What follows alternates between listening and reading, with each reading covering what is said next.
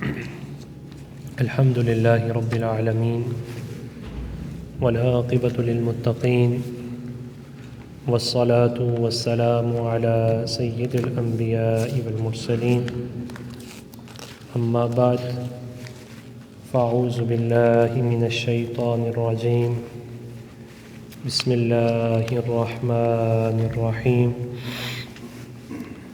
قل هو الله أحد الله الصمد لم يلد ولم يولد ولم يكن له كفوا أحد صدق الله العظيم.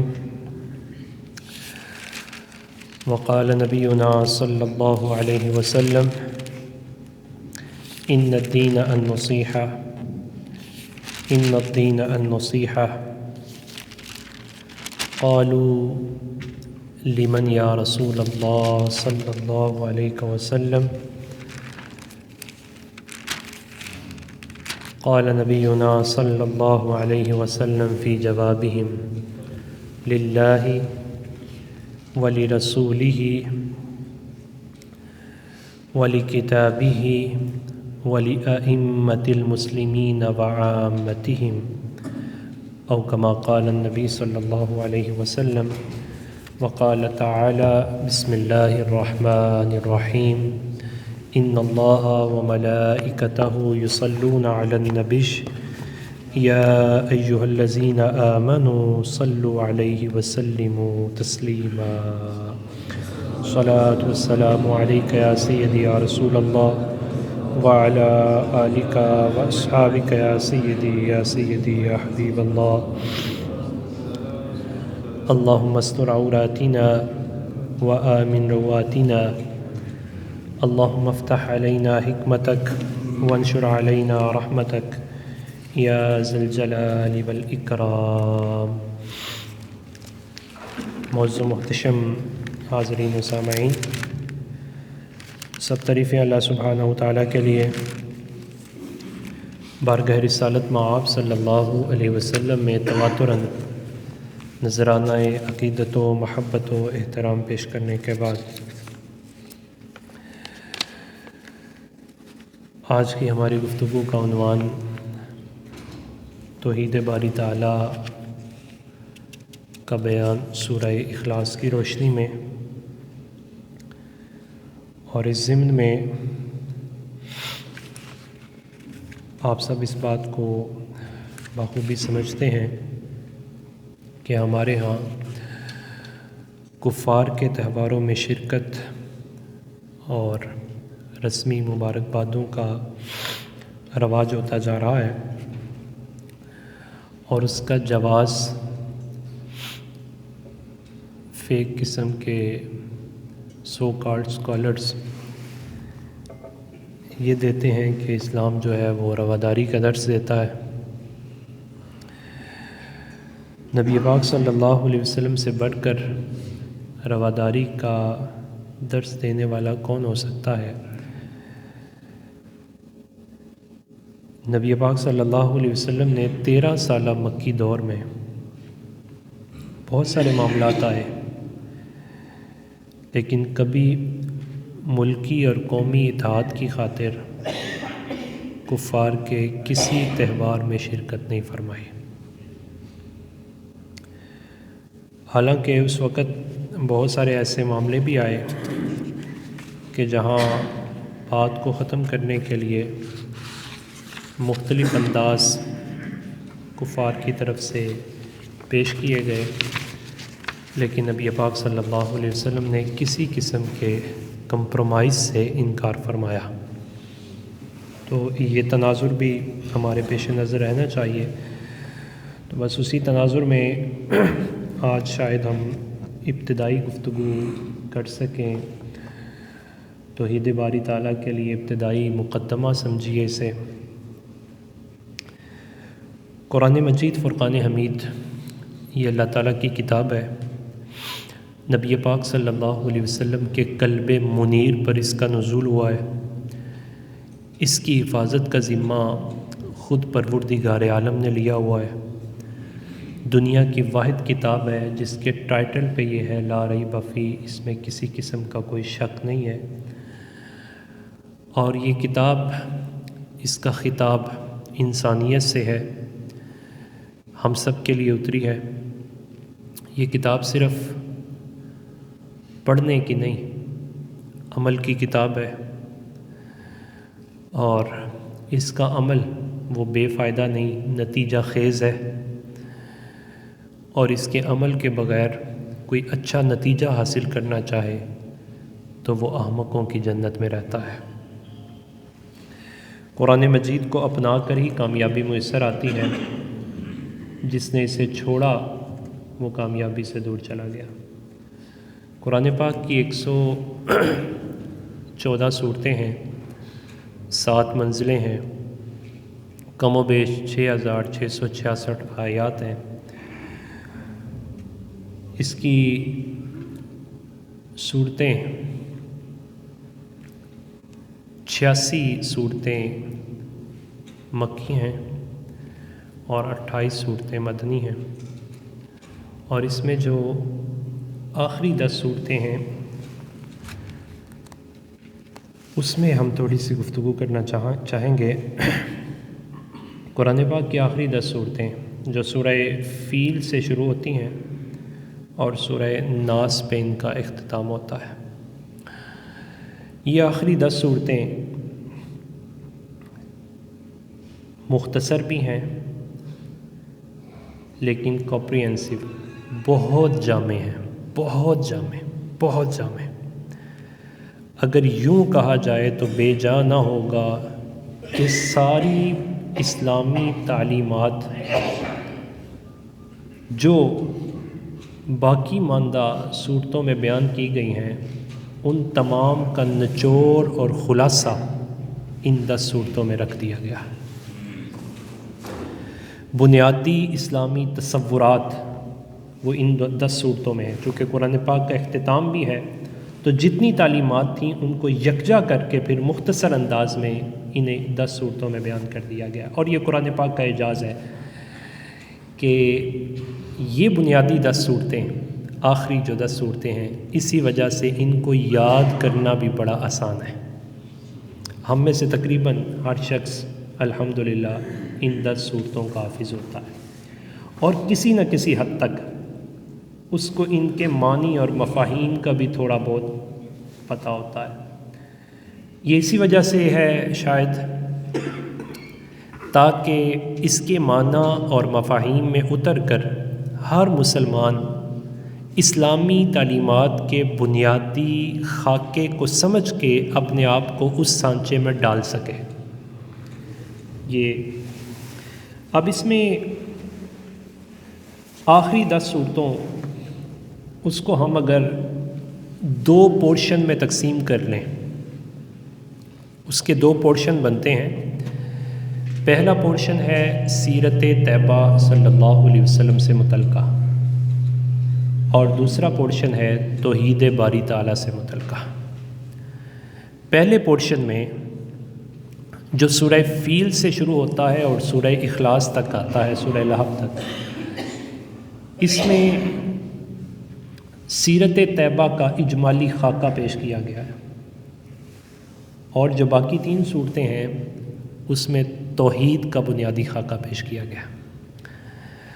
یہاں یہ بات پیش نظر رہے، نبی پاک صلی اللہ علیہ وسلم کی بعثت یا کسی بھی نبی کی بعثت، اس کے بعد جو سب سے فوکس من جانب اللہ جس چیز پر ہوتا ہے وہ یہ کہ قوم پہلے نبی کو مانے، جب نبی کو مانتی ہے تو پھر نبی کے رب پر بھی ایمان لے آتی ہے۔ تو نبی پاک صلی اللہ علیہ وسلم جس دور میں تشریف لائے، پہلا تقاضا اور ڈیمانڈ یہ تھی کہ حضور کو مانا جائے، نبی علیہ السلام کو تسلیم کیا جائے، اور اس تسلیم کے لیے رب تعالیٰ نے نبی علیہ السلام کو جمیع اخلاق عالیہ کا پیکر بنا کے بھیجا۔ یہی وجہ تھی کہ نبی علیہ السلام نے جب دعوت کا آغاز فرمایا تو پہلا جملہ یہ ارشاد فرمایا کہ مجھ سے کچھ پوچھنا چاہتے ہو تو میرا ماضی تمہارے سامنے ہے، میں نے 40 سال تمہارے پاس گزارے ہیں، بتاؤ اگر کوئی کمی دیکھی ہے تو بتا دو۔ اور وہ خاموش ہو گئے۔ منبع اخلاق، جہاں سے اخلاق کے سوتے پھوٹتے ہیں، ہمارے آقا صلی اللہ علیہ وسلم کی ذات اقدس۔ تو یہ 7 صورتوں میں یہ بنیاد بنائی گئی، اور پھر نبی علیہ الصلوۃ والسلام کو ماننے کا مطالبہ اور ڈیمانڈ ہے۔ اور کبھی آپ اس پہلو پر تفصیلاً پڑھیں، میں اجمالاً ذکر کرتا ہوں تو آپ کا ایمان تازہ ہوگا، کبھی سوچیں اس پہلو پر۔ جب یہ 7 صورتیں ختم ہوتی ہیں تو اس کے بعد سورہ اخلاص شروع ہوتی ہے۔ نبی علیہ الصلوۃ والسلام سے اتنے مضبوط رشتے کی ڈیمانڈ ہے کہ رب تعالیٰ خود ڈائریکٹ فرما سکتا تھا اللہ الصمد، کہا نہیں، کل اللہ الصمد۔ سورہ اخلاص کل اللہ الصمد، پھر سورہ فلق کل اعوذ برب الفلق، پھر سورہ ناس کل اعوذ برب الناس۔ تینوں کی ابتدا یہ ہے محبوب آپ فرمائیے اللہ ایک ہے، محبوب آپ فرمائیے، محبوب آپ فرمائیے۔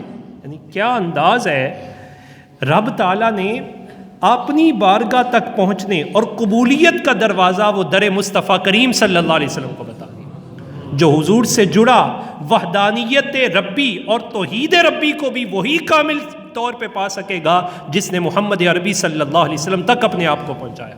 حضور کو چھوڑ کر اگر کسی نے کوئی رسائی حاصل کرنے کی کوشش بھی کی تو اسے قبول نہیں کیا جائے گا۔ بخدا خدا کا یہی ہے در، نہیں اور کوئی مفر مکر، جو وہاں سے ہو یہیں آ کے ہو، جو یہاں نہیں تو وہاں نہیں۔ رسالت محمدی کے بغیر توحید ربانی کا قطرہ بھی میسر نہیں آتا، اگر آ بھی جائے تو انسان اس کی تاب نہیں لا پاتا، گمراہ ہو جاتا ہے۔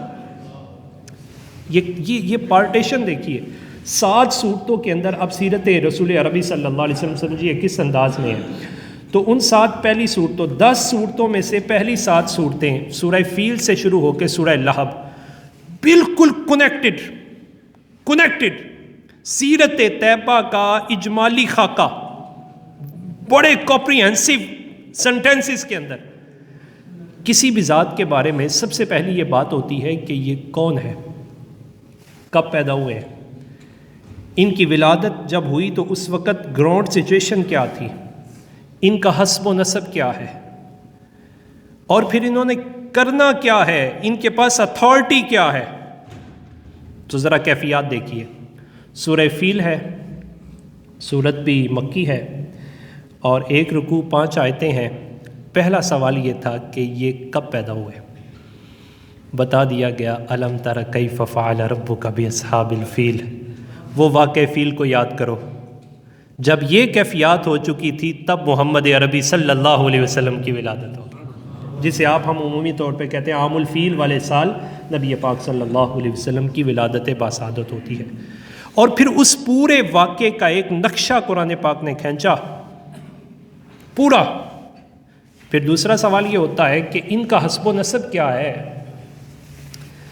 یہ پتہ چلے کہ کس قوم سے ہیں، کس قبیلے سے ہیں، اور ان پر کوئی خاص احسانات بھی ہیں یا نہیں۔ تو سورہ قریش، لِإِيلَافِ قریش، حضور کس خاندان سے ہیں؟ قریشی سے۔ سورت کا نام بھی قریش، پہلی کا فیل، دوسری کا قریش۔ لِإِيلَافِ قریش إِيلَافِهِمْ رِحْلَةَ الشِّتَاءِ وَالصَّيْفِ فَلْيَعْبُدُوا رَبَّ هَٰذَا الْبَيْتِ۔ یہ قبلہ کی نوعیت بھی بیان کر دی گئی۔ الَّذِي أَطْعَمَهُم مِّن جُوعٍ وَآمَنَهُم مِّن خَوْفٍ، کہ انہی کی برکت سے اللہ تعالیٰ برکتوں کو نازل فرمائے گا۔ وہ انعامات اور احسانات بھی ذکر کر دی اور بتا دیا گیا کہ یہ قوم کے اعتبار سے بھی اعلیٰ، حسب اور نسب کے اعتبار سے بھی اعلیٰ۔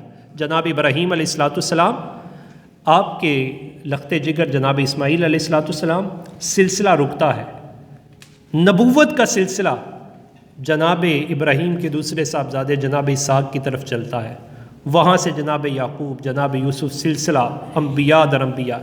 یہاں جناب اسماعیل علیہ السلام کے بعد جو سلسلہ نبوت تھا وہ منقطع ہے، رکتا ہے بظاہر، لیکن جب یہ ٹرانسفر ہوتا ہے تو کس کی طرف ہوا؟ قریش کی طرف۔ اور قریش حسب کے اعتبار سے بھی اعلیٰ اور نسب کے اعتبار سے بھی اعلیٰ، اور ان میں رسول اللہ صلی اللہ علیہ وسلم تشریف لائے تو یہ حسب میں بھی اعلیٰ، نسب میں بھی اعلیٰ، ہر اعتبار سے اعلیٰ۔ اسی وجہ سے اعلیٰ حضرت نے کیا خوب ارشاد فرمایا، سب سے اولا و اعلیٰ ہمارا نبی، سب سے بالا و والا ہمارا نبی، دونوں عالم کا دولا ہمارا نبی، اپنے مولا کا پیارا ہمارا نبی، خلق سے اولیاء، اولیاء سے رسول، اور رسولوں سے بھی اعلیٰ ہمارا نبی صلی اللہ علیہ وسلم۔ یہ سورہ قریش میں بڑے جامع انداز میں بیان کر دیا گیا۔ پھر اس کے بعد بھی جس ماحول میں وہ آئے وہ ماحول کیسا تھا، گراؤنڈ سچویشن کیا تھی، وہاں کی لوگ ان کی کیفیات کیا تھیں، تو سورہ ماعون آئی۔ بسم اللہ الرحمن الرحیم، ارأیت الذی یکذب بالدین، بتا دیا گیا کہ آپ نے دیکھا ان لوگوں کو جو دین کو جھٹلاتے تھے۔ پوزیشن یہ تھی کہ کہتے تھے ہم ابراہیمی ہیں لیکن دین ابراہیمی کو چھوڑ چکے تھے، دین کے اعتبار سے اتنے ناقص ہو گئے کہ دعویٰ ان کا یہ تھا ہم ابراہیمی ہیں لیکن جناب ابراہیم کی تعلیمات کو بلا چکے۔ ارأیت الذی یکذب بالدین فذلک الذی یدعو الیتیم، اخلاق کی اتنی پستی کا شکار ہو چکے تھے، مال و دولت نے اتنی نخوت پیدا کر دی تھی، کوئی یتیم آ جاتا تو اسے دھکے دیتے تھے۔ ولا یحض علی طعام المسکین فویل للمصلین الذین هم عن صلاتهم ساہون الذین هم یراؤون ویمنعون الماعون، ان کے سارے کام دکھلاوے کے لیے ہوتے تھے، سٹیٹس کی جنگ تھی، دوڑ لگی ہوئی تھی، میں اس سے آگے بڑھ جاؤں، میرے پاس مال و دولت زیادہ ہو جائے، میرا سٹیٹس، میرا سٹینڈرڈ وہ دوسرے سے بڑھ جائے، اخلاقی اور دینی پستیوں کا شکار ہو چکے تھے۔ جس ماحول میں مصطفیٰ کریم علیہ الصلوۃ والسلام تشریف لائے وہ پورا ماحول بتا دیا گیا کہ وہ جاہلیت کے اندھیروں میں ڈوب چکا تھا۔ اب ظاہر ہے اگر کسی نے انقلاب برپا کرنا ہے تو پھر اس انقلاب کے لیے اس کے پاس اتھارٹی ہونی چاہیے۔ کسی نے اندھیرے کو سویرے میں بدلنا ہے تو وہ خود بھی چانن والا ہونا چاہیے، اس کے پاس روشنی ہونی چاہیے، اس کے پاس کوئی نہ کوئی کسی نہ کسی انداز سے کہ جو انداز اس قوم کو چاہیے اور مطلوب ہے وہ اس کے پاس ہونا چاہیے۔ تو ساتھ ہی سورہ کوثر کیسی کنیکٹڈ ہے، ابتدا ہی سے ہوئی، انا آتیناک الکوثر، جو زمانے کو خیر چاہیے نا ہر خیر آپ کو عطا فرما دی ہے، اب اس خیر کو بانٹیے اور اس اندھیرے کو سویرے میں تبدیل فرمائیے، اسے روشنی دیجئے، اسے منور فرما دیجئے۔ اور مصطفیٰ کریم علیہ الصلوۃ والسلام نے پھر اسی خیر کو بانٹا، اور وہ جو زمانہ جاہلیت تھا نبی علیہ الصلوۃ والسلام نے وہ انقلاب برپا کیا کہ قیامت تک اس سے روشنی پانے والے مینارِ نور بن کے سامنے آ گئے۔ اب یہاں تک دیکھیے کیسی جوائنٹ ہے ساری چیزیں۔ نبی علیہ الصلوۃ والسلام کی سیرت کی بنیاد آپ کی ولادت ہے، سورہ فیل میں آ گئی، حسب و نسب کو سورہ قریش میں بیان کیا گیا، مکی حالات پورے کے پورے اس کا خلاصہ اور سمری سورہ ماعون میں بیان کر دی گئی، اور پھر اسے تبدیل کرنے کے لیے جو اتھارٹی چاہیے وہ پوری کی پوری اتھارٹی نبی علیہ الصلوۃ والسلام کو عطا فرمائی گئی، وہ سورہ کوثر میں بیان کی گئی۔ اور ساتھ ہی کہا جب آپ انقلاب برپا کرنا چاہیں گے نا، حق کو بیان کرنا چاہیں گے، تو ایسا ممکن نہیں کہ آپ کے مخالف آپ کے سامنے کھڑے نہ ہوں، وہ آپ کے سامنے کھڑے ہوں گے، آپ کے راستوں میں کانٹے بچھائے جائیں گے، آپ کو قتل کرنے کی سازشیں کی جائیں گی، اور آپ پر مختلف انداز سے حملہ آور ہونے کی کوشش کریں گے، کسی طرح وہ چاہیں گے آپ کا نام و نشان نہ رہے، لیکن ہم آپ کو پہلے سے یہ بتا دیتے ہیں ان نشانیہ کا هو الابتر، اگر بچے گا نہیں تو آپ کے دشمن کا ککھ بھی نہیں بچے گا۔ کس خوبصورت انداز میں سورہ کوثر کو پہلی تینوں صورتوں کے ساتھ ایسے جوائنٹ کر دیا گیا۔ اور نبی علیہ الصلوۃ والسلام کو دیکھیں، اگر رب تعالیٰ نبی علیہ الصلوۃ والسلام کو یہ فرماتا ہے حضور آپ کریں، جس قرآن کو ہم نے اتارا ہے اس کا بھی کوئی کچھ نہیں بگاڑ سکتا، آپ کا بھی کوئی کچھ نہیں بگاڑ سکتا، تو پھر دعوت دینے میں کون سی چیز حائل ہو سکتی تھی؟ پھر سورہ کوثر کے بعد اب کیفیات کیا ہے کہ نبی پاک صلی اللہ علیہ وسلم نے جب زوردار انداز سے تبلیغ کی تو اب لوگ ایمان کی دعوت کو قبول کرنے لگے، جناب عمر رضی اللہ تعالیٰ عنہ آئے، جناب امیر حمزہ رضی اللہ تعالیٰ عنہ آئے، جہاں چھپ چھپ کے بات ہوتی تھی اب اعلانیہ ہونے لگی۔ جب یہ کیفیات ہوئیں تو اب کافروں نے سمجھا کہ اب موقع یہ ہے کہ کمپرومائز کر لیا جائے، اب کمپرومائز ہونا چاہیے۔ تو انہوں نے کیا کہا؟ انہوں نے کہا کچھ لے لو اور کچھ دے دو۔ یہ دور غلامی ہوتا ہے، غلامی کا دور بھی بڑا عجیب دور ہوتا ہے، کچھ لے لو اور کچھ دے دو۔ اور غلامی کے دور میں حق گو شخص کا کھڑے رہنا یہ بہت مشکل ہوتا ہے۔ جیسے آج غلامی کا دور ہے، کہتے ہیں تم ہمارا کیک کاٹو ہم تمہارا کاٹیں گے، تم ہمیں مبارکباد دو ہم تمہیں مبارکباد دیں گے۔ کتنے بے خبر ہے۔ مبارکباد کا تو معنی یہ ہے کہ اللہ تمہیں برکت دے۔ اگر معاذ اللہ کسی کا نظریہ یہ ہے کہ جناب عیسیٰ اللہ کے بیٹے ہیں تو آپ مبارکباد اللہ کی برکت کہہ کے اسے کیا کہنا چاہتے ہیں؟ ووٹ کے چکر میں اپنا ایمان گنوانا چاہتے ہیں؟ قرآن کہتا ہے اگر کوئی لاکھ کہے میرا یہ نظریہ نہیں، قرآن نے سورہ توبہ میں کہا بسم اللہ الرحمن الرحیم، قالت الیہود عزیر ابن اللہ قالت النصارى المسیح ابن اللہ۔ یہودیوں کا یہ عقیدہ ہے، وہ یہ کہتے ہیں عزیر اللہ کے بیٹے ہیں، اور عیسائیوں کا یہ عقیدہ ہے، وہ یہ کہتے ہیں عیسیٰ اللہ کے بیٹے ہیں۔ اگر کسی کا یہ نظریہ ہے اور تم اس پر اس کے ساتھ سیلیبریٹ کرنا چاہتے ہو، ایسا سب کچھ کرنا چاہتے ہو، غلامی کے دور میں ایسا ہی ہوتا ہے، کچھ لو کچھ دو۔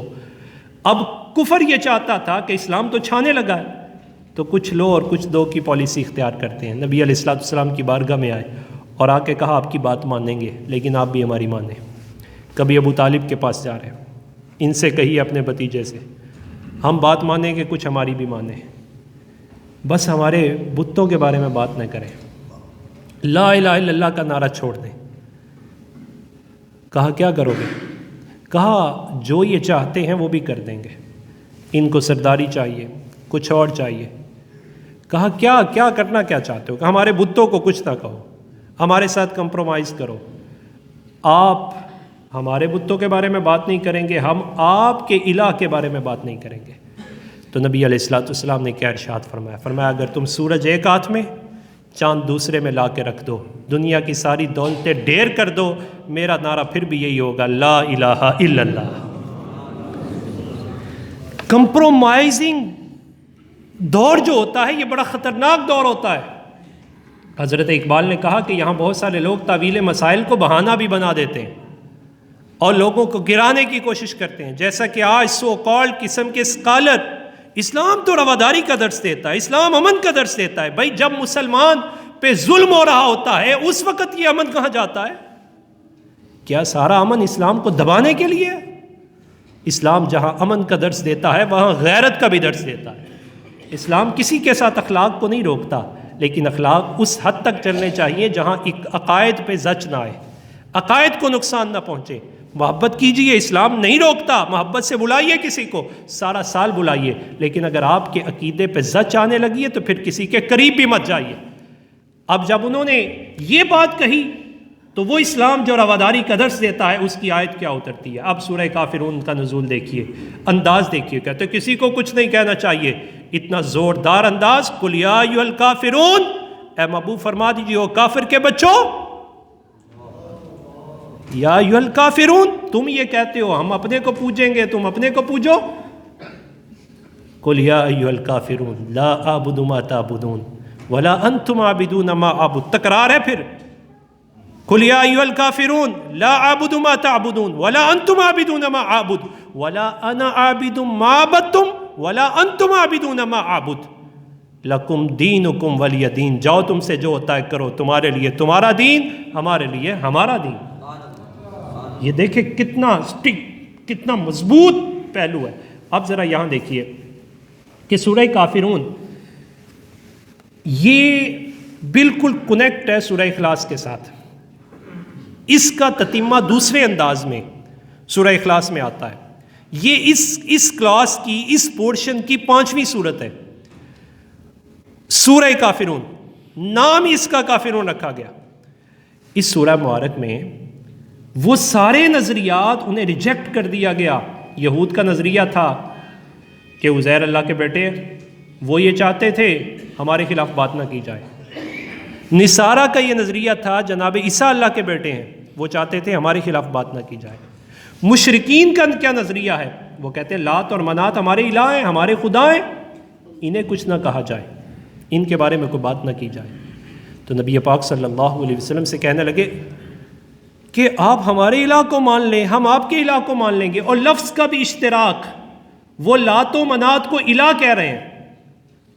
نبی علیہ الصلوۃ والسلام سے یہ کہنا کہ آپ ہمارے خدا کو مانیے، ہم آپ کے خدا کو مانتے ہیں، نبی علیہ الصلوۃ والسلام نے فرمایا لا اعبد ما تعبدون، جسے تم پوچھتے ہو میں نہیں پوجوں گا، اور جسے میں پوچھتا ہوں تم اسے مت پوجو، تم اس کی طرف نہیں آتے، تو پھر ہمارا فیصلہ یہی ہے۔ اب یہ ما عابد، اس کا فرق بہت ضروری تھا کہ الہ تو وہ بھی ہیں جنہیں وہ اپنے ذام میں خدا سمجھتے ہیں، اور الہ جسے رسول اللہ صلی اللہ علیہ وسلم جس کی طرف دعوت دے رہے ہیں۔ اب فرق چاہیے تھا کہ فرق ہونا چاہیے الہ کون ہے، اور انہوں نے سوال بھی کیا صف لنا ربن، جس کی آپ عبادت کرتے ہیں ذرا بتائیے تو صحیح وہ ہے کون؟ تو سورہ اخلاص آتی ہے، کل محبوب آپ کہیے اللہ احد، جسے تم کہتے ہو وہ شریک ہے، اور جسے ہم کہتے ہیں اس کا کوئی شریک نہیں، نہ ند میں، نہ ضد میں، نہ مثل میں، نہ مثال میں۔ اللہ الصمد، اللہ لا الہ الا هو الحی القیوم، اللہ وہ احد ہے، اللہ الصمد وہ بے نیاز ہے، لم یلد ولم یولد۔ سارے نظریات کو ایک آیت کے 3 حصوں میں اڑا کے رکھ دیا کہ اللہ احد، اللہ الصمد، لم یلد ولم یولد۔ جنہوں نے کہا عزیر اللہ کے بیٹے ہیں ان کی بھی نفی، جنہوں نے کہا عیسیٰ اللہ کے بیٹے ہیں ان کی بھی نفی، جنہوں نے کہا عیسیٰ خدا ہے ان کی بھی نفی، جنہوں نے کہا لات و منات اس کے ساتھ شریک ہے ان کی بھی نفی، جنہوں نے چاند اور سورج کو پوجا سب کی نفی کر کے کہا اب آواز ایک ہی ہوگی، قل هو اللہ احد، اللہ ایک ہے، اللہ ایک ہے، اللہ ایک ہے، اللہ الصمد، اللہ بے نیاز ہے، اللہ الصمد، اللہ بے نیاز ہے۔ اور اس سورہ مبارک کی جو تفصیل، مطلب جس انداز میں انڈرسٹینڈنگ ڈویلپ حضرت اقبال نے کی ہے وہ کمال ہے۔ رموز بے خودی میں پورا کلام حضرت اقبال نے اس سورہ مبارک کے بارے میں لکھا، اور کم و بیش اس کے 40 سے زیادہ اشعار ہیں، اور پوری سورہ مبارک، سورہ اخلاص کی تشریح و توضیح بیان کی، اور اس پورے تناظر کو حضرت اقبال نے بیان کیا۔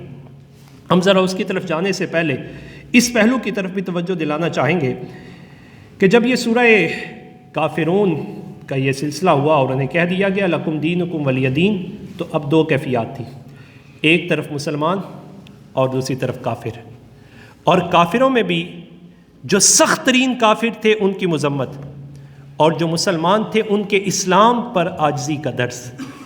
اب سورہ نصر آئی، نصر کا معنی کامیابی، اذا جاء نصر اللہ والفتح ورأيت الناس يدخلون في دین اللہ افواجا فسبح بحمد ربک واستغفر۔ اللہ کی تسبیح بھی بیان کیجئے، استغفار بھی فرمائیے، تاکہ ان کو بھی تلقین ہو، یہ اس طرف چلیں۔ عاجزی بتا دیا گیا کہ مسلمان فاتح ہو تو پھر بھی عاجزی ہوتا ہے، اسے نصرت میسر آ رہی ہوتی ہے پھر بھی وہ رب کے ساتھ کنیکٹڈ رہتا ہے۔